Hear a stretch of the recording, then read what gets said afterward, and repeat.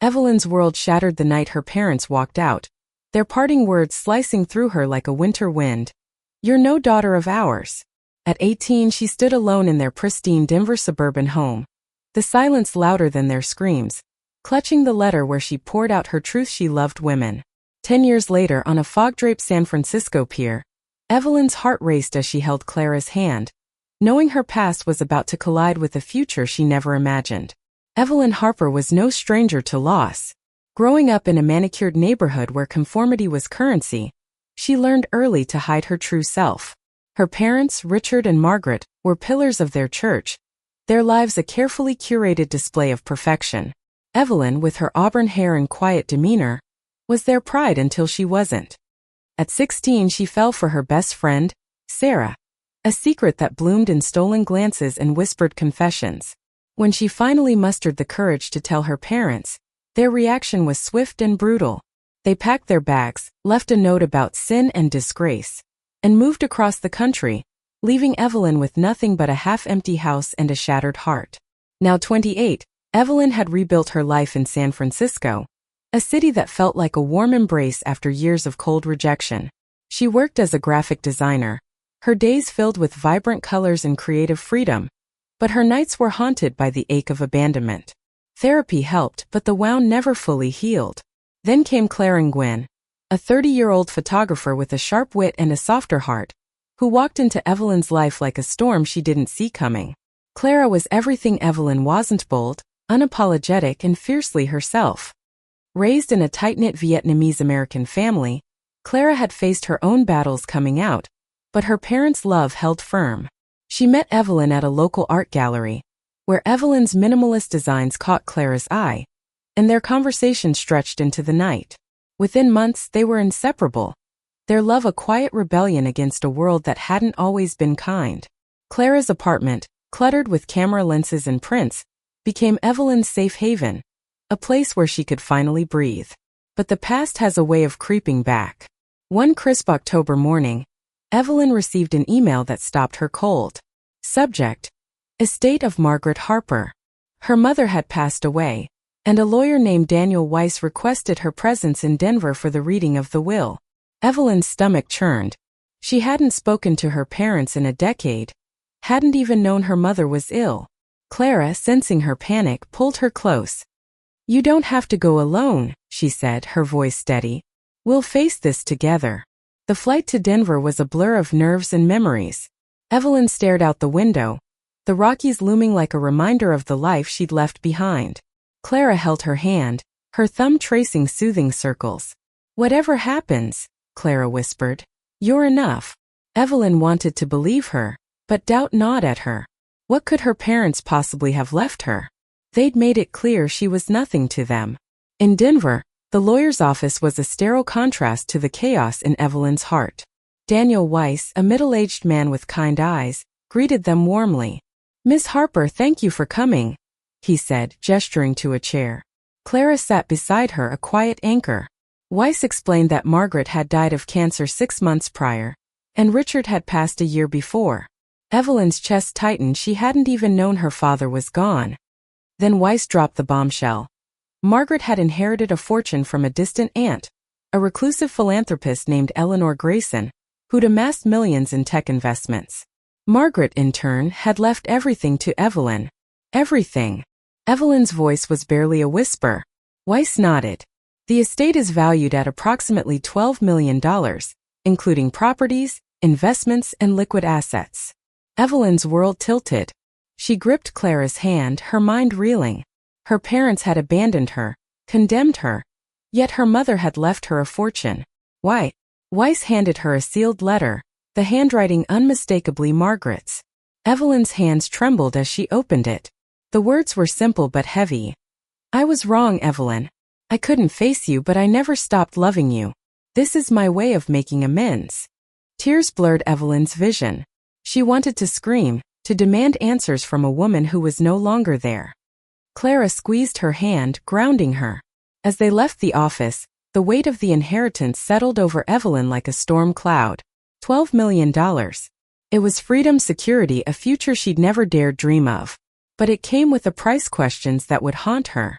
Why had her mother waited until death to make amends? And what did this mean for her and Clara, whose love had carried her through the darkest years?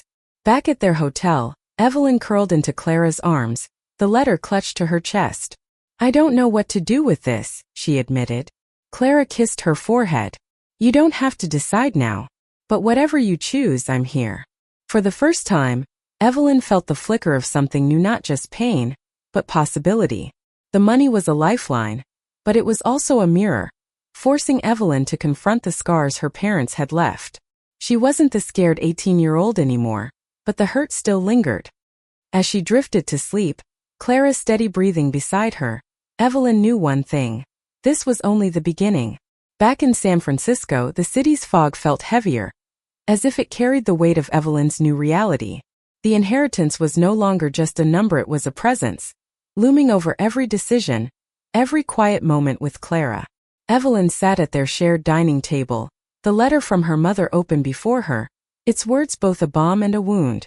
Clara noticed the shift immediately. Evelyn, usually vibrant, had grown quiet, her green eyes clouded with doubt. Talk to me, Clara said one evening, setting down her camera. They were in their cozy apartment, fairy lights casting a soft glow over the walls. Evelyn sighed, running a hand through her auburn hair. It's not just the money, she said. It's what it means. Why did she leave it to me? After everything. Clara pulled her chair closer, her dark eyes searching Evelyn's. Maybe she couldn't say it while she was alive. Maybe this was her way. Evelyn wanted to believe that, but the anger simmered. She had 10 years to reach out, 10 years to say something. Instead, she left me to pick up the pieces. The next day, Evelyn met with a financial advisor, a sharp woman named Priya Patel, who laid out the scope of the inheritance. There was a Victorian house in Denver, a portfolio of tech stocks, and a trust fund that could sustain Evelyn for life. Priya's voice was calm, professional, but Evelyn felt like she was drowning. You have options, Priya said. Philanthropy, investments, or you could sell the properties and start fresh. Evelyn nodded, but her mind was elsewhere, in the house where her parents had abandoned her, on the letter that offered no real closure. Clara suggested they visit the Denver house. Maybe seeing it will help you decide, she said. Evelyn hesitated, the thought of returning to that place twisting her stomach. But Clara was right, running from it wouldn't help. They booked a trip, and a week later, they stood before the familiar red brick Victorian, its windows dark, the garden overgrown. Evelyn's heart pounded as she unlocked the door, Clara's hand steady on her back. Inside, the house was a time capsule. The furniture was the same, the air thick with dust and memories. Evelyn wandered to her old bedroom, where she'd cried herself to sleep after her parents left. On the desk was a photo of her at 16, smiling with Sarah, her first love. She picked it up, her throat tight. They took everything else but left this, she whispered. Clara wrapped her arms around her. They didn't take you. You're still here, stronger than they ever knew. That night, they stayed in the house, sleeping on an air mattress in the living room. Evelyn couldn't sleep, her mind racing. The money could change everything: pay off Clara's student loans, fund their dreams, maybe even start a foundation for queer youth who'd been rejected like she was.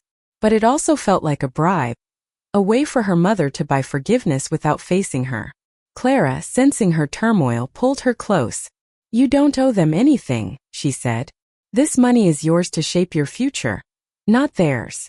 The next morning, Evelyn found a box in the attic labeled Evelyn's Things.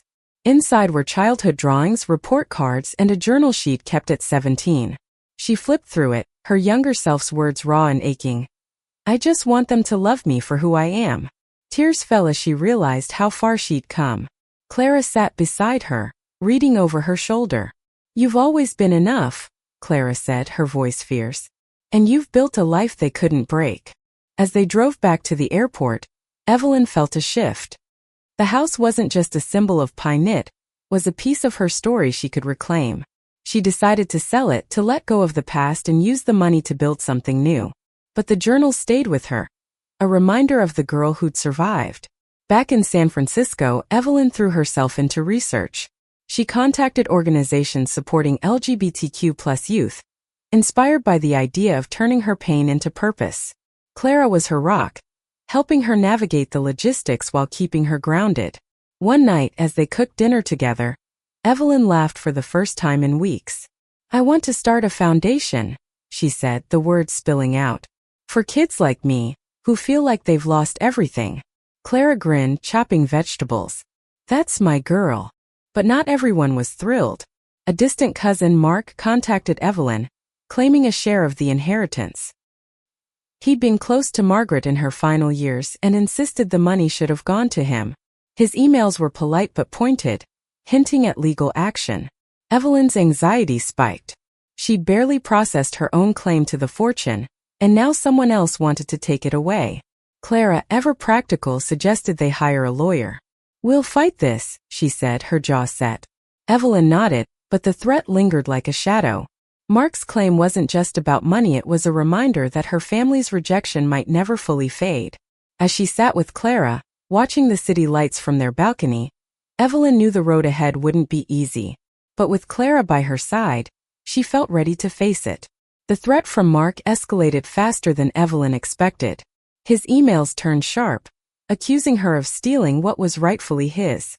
"Aunt Margaret only left you the money out of guilt," he wrote. "She told me you were a disappointment." Each word was a dagger, reopening wounds Evelyn thought she'd closed. She sat at her desk staring at the screen, her hands shaking. Clara, sensing the storm, pulled her into a hug. "He's wrong," she said fiercely. "This is yours. Don't let him take that from you." Evelyn hired a lawyer, Sarah Cohen, a no-nonsense woman with a reputation for handling messy family disputes. Sarah reviewed the will and confirmed it was airtight. Margaret's intentions were clear. But Mark wasn't backing down. He filed a formal claim, alleging undue influence and questioning Margaret's mental state. The legal battle loomed, and Evelyn felt the weight of it pressing on her chest. "I don't want to fight," she told Clara one night, her voice breaking. "But I can't let him win." Clara suggested a distract Iona weekend getaway to Big Sur. They drove down the coast, the Pacific stretching endlessly beside them, its wild beauty a stark contrast to Evelyn's inner turmoil. At a cliffside lookout, Clara pulled out her camera, capturing Evelyn's silhouette against the crashing waves. "You're stronger than you know," Clara said, lowering the camera. Evelyn smiled, her heart lifting. With Clara, she felt invincible, even when the world felt heavy. Back in San Francisco, Evelyn threw herself into planning the foundation. She named it Haven, a nod to the safe space she'd always craved. She envisioned a nonprofit that provided shelter, counseling, and community for queer youth rejected by their families. The inheritance would fund Ivory. Penny felt like a way to rewrite her story. She met with nonprofit consultants, drafted mission statements, and even sketched a logo, her designer's instincts kicking in. Clara was her biggest cheerleader, brainstorming ideas and photographing potential event spaces. But Mark's legal maneuvers intensified. Sarah warned that he'd hired a high-powered attorney, and rumors swirled that he was digging into Evelyn's past, looking for anything to discredit her. One evening, a private investigator followed Evelyn home from work, his car lingering outside their apartment. Clara noticed first, her protective instincts flaring. "This is getting out of hand," she said, pulling the curtains shut. Evelyn's stomach churned. She felt exposed, hunted. Sarah suggested a bold move. "Go public. If Mark wants to play dirty, we'll show the world who you are," she said. Evelyn hesitated. She'd spent years shielding her pain from the world, but Clara agreed with Sarah. "You're not the scared kid anymore," Clara said. "Let them see the woman you've become." Evelyn took a deep breath and nodded. They contacted a local journalist, Mia Torres, who specialized in human interest stories. Mia met them at a cozy coffee shop, her warmth putting Evelyn at ease. Over lattes, Evelyn shared her story: the rejection, the rebuilding, the love she'd found with Clara. She spoke of Haven, her dream to help others avoid the loneliness she'd endured. Mia listened intently, her pen flying across her notebook. "This is powerful," she said. "People need to hear it." The article, published in a major Bay Area outlet, went viral, shared across social media with hashtags like HavenForAll. Support poured in: donations, volunteers, and messages from queer youth who saw themselves in Evelyn's story. But the attention came with a cost. Mark's team spun the narrative, painting Evelyn as a greedy opportunist exploiting her mother's death. Online trolls targeted her, their comments vicious. Evelyn tried to stay strong, but late at night, she'd scroll through the hate, her confidence crumbling. Clara caught her one night, gently taking her phone. "You're not alone in this," she said, pulling Evelyn close. "We're a team." The legal battle dragged on, with depositions and document requests eating away at Evelyn's energy. Sarah uncovered that Mark had been estranged from Margaret for years, undermining his claim. Still, he pushed forward, his attorney arguing that Evelyn's lifestyle made her unfit to inherit. The homophobia stung, but Evelyn refused to let it define her. She leaned on Clara, their love a shield against the chaos. One evening, as they walked along the Embarcadero, the city lights reflecting on the water, Evelyn stopped. "I'm scared," she admitted. "Not just of losing the money, but of losing myself in this fight." Clara took her face in her hands. "You won't. You're building something beautiful, Ev. And I'm with you every step." Evelyn kissed her, the world fading away. In that moment, she knew she wasn't fighting for the money. She was fighting for her truth. The courtroom was colder than Evelyn expected, its polished wood and stark lighting amplifying her nerves. She sat beside Sarah, her lawyer, clutching Clara's hand under the table. Mark sat across the room, his face unreadable, his attorney whispering in his ear. The judge, a stern woman with gray hair, reviewed the documents in silence. Today was the hearing to determine the validity of Margaret's will, and Evelyn felt like her entire life was on trial. Sarah presented their case with precision, detailing Margaret's clear intent and the legal strength of the will. She introduced the letter, its words projected on a screen. "I was wrong, Evelyn. I never stopped loving you." Evelyn's throat tightened as the courtroom absorbed her mother's confession. Mark's attorney countered, arguing that Margaret was coerced by guilt, and that Evelyn's unstable lifestyle disqualified her. The words stung, but Evelyn kept her eyes on Clara, whose steady gaze anchored her. Outside the courtroom, the media frenzy grew. Mia's article had sparked a movement, with supporters rallying outside, holding signs that read "Love Wins" and "Haven for Evelyn." The pressure was immense, but it fueled Evelyn's resolve. She wasn't just fighting for herself, she was fighting for every kid who'd been told they weren't enough. Days turned into weeks, the legal battle a grueling marathon. Evelyn and Clara spent evenings planning Haven, turning their apartment into a makeshift office. They met with architects to design a community center, contacted therapists to offer pro bono services, and secured partnerships with local nonprofits. The work was exhausting but exhilarating, a reminder that the money could do more than settle old scores. It could change lives. One night, Evelyn received a call from Mia. "I found something," the journalist said. She dug into Mark's past and discovered he'd been involved in shady real estate deals, using Margaret's name to secure loans. It wasn't enough to disqualify his claim, but it cast doubt on his motives. Sarah seized the opportunity, filing a motion to investigate Mark's financial ties to Margaret's estate. The tide began to turn, but the stress took its toll. Evelyn's nightmares returned, her parents' voices, the slamming door, the emptiness of that Denver house. She woke one night in a cold sweat, Clara stirring beside her. "I'm here," Clara whispered, pulling her close. Evelyn clung to her, the warmth of Clara's body a lifeline. "I don't know if I can keep doing this," Evelyn admitted. Clara kissed her temple. "You can. And you will. Because you're not alone." The breakthrough came unexpectedly. A former neighbor of Margaret's, Mrs. Ellison, contacted Sarah. She'd found a box of Margaret's letters in her attic, including one addressed to Evelyn, never sent. Sarah presented it in court, and the judge allowed Evelyn to read it aloud. Her voice shook as she spoke. "Evelyn, I failed you. I let fear and pride blind me. I hope one day you'll forgive me, not for my sake but for yours." The courtroom fell silent. Even Mark looked shaken, his bravado cracking. The judge ruled in Evelyn's favor the following week. The will stood, and Mark's claim was dismissed. Cheers erupted outside, but Evelyn felt hollow. The victory was hers, but the cost was years of pain, questions she'd never answer. Clara pulled her into a hug as they left the courthouse. "You did it," she said. Evelyn shook her head. "We did it."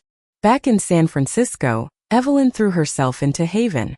The foundation's first event was a fundraiser, held at a waterfront venue Clara had photographed. Hundreds attended, their donations pushing Haven closer to reality. Evelyn spoke to the crowd, her voice steady. I was told I was broken, but I'm here to say we're not. Haven is for everyone who needs a home. The applause was deafening, and Clara's proud smile lit up the room.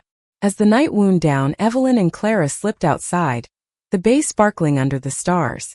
Evelyn felt lighter, the weight of the past lifting. I want to marry you, she blurted, surprising herself. Clara laughed, her eyes shining. Took you long enough, she teased, pulling Evelyn into a kiss. In that moment, the money, the pain, the fight, it all faded. All that mattered was them. Haven's grand opening was a triumph. The community center, a renovated warehouse in the Mission District, buzzed with life, queer youth painting murals, volunteers setting up counseling rooms, and music spilling from a stage where a local band played. Evelyn stood at the entrance, watching kids laugh and connect, her heart full.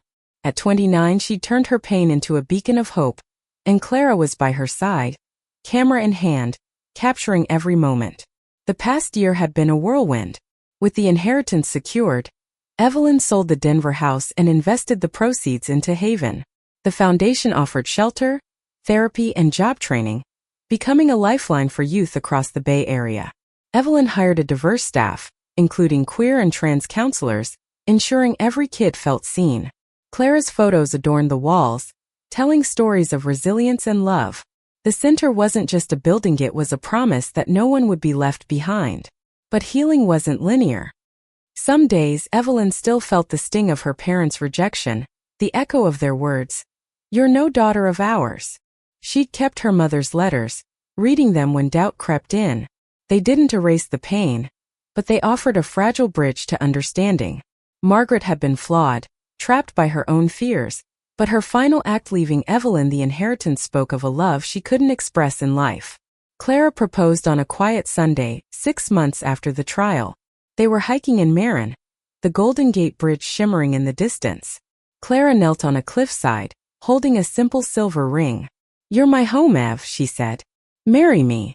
Evelyn's yes was a sob and a laugh, their kiss sealing a future they'd built together. The wedding was small, held on a San Francisco beach, with Haven staff and youth cheering them on. Evelyn wore a flowing white dress, Clara a tailored suit, their vows a testament to love that had weathered every storm. Haven grew, its impact rippling beyond San Francisco.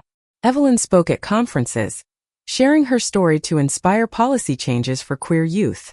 She and Clara traveled to Denver, where Evelyn donated funds to a local LGBTQ+ shelter in her parents' names, not out of forgiveness, but as a way to reclaim her past. The act felt like closure, a way to let go without forgetting. One evening, a 16-year-old named Jamie approached Evelyn at Haven. "I got kicked out for being trans," they said, voice trembling. "But being here, it's like I can breathe again." Evelyn hugged them, tears in her eyes. She saw her younger self in Jamie, the fear, the strength, the hope. "You're home now," she said, and meant it. As Haven thrived, so did Evelyn and Clara's life together. They bought a small house in No Valley, its walls filled with Clara's photos and Evelyn's art.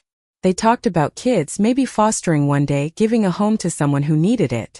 The inheritance, once a burden, became a tool for good, funding scholarships, art programs, and safe spaces. On their first anniversary, Evelyn and Clara returned to the beach where they'd married. The sunset painted the sky in hues of pink and gold, just like the day they'd first held hands here. Evelyn leaned against Clara, her heart steady. "I used to think I was broken," she said. "But you, Haven, this life you're whole." Clara kissed her, soft and sure. "We always were." The millions had changed Evelyn's life, but not in the way her parents might have expected. They'd left her because she was lesbian, but they never knew she'd turned their rejection into a legacy of love. Haven was her answer to their silence, her proof that she was enough. With Clara by her side, Evelyn had built a family, a purpose, a home not just for herself, but for everyone who needed one. And as the waves crashed gently before them, she knew this was only the beginning. Thank you for listening. Like and subscribe to get notifications about next videos.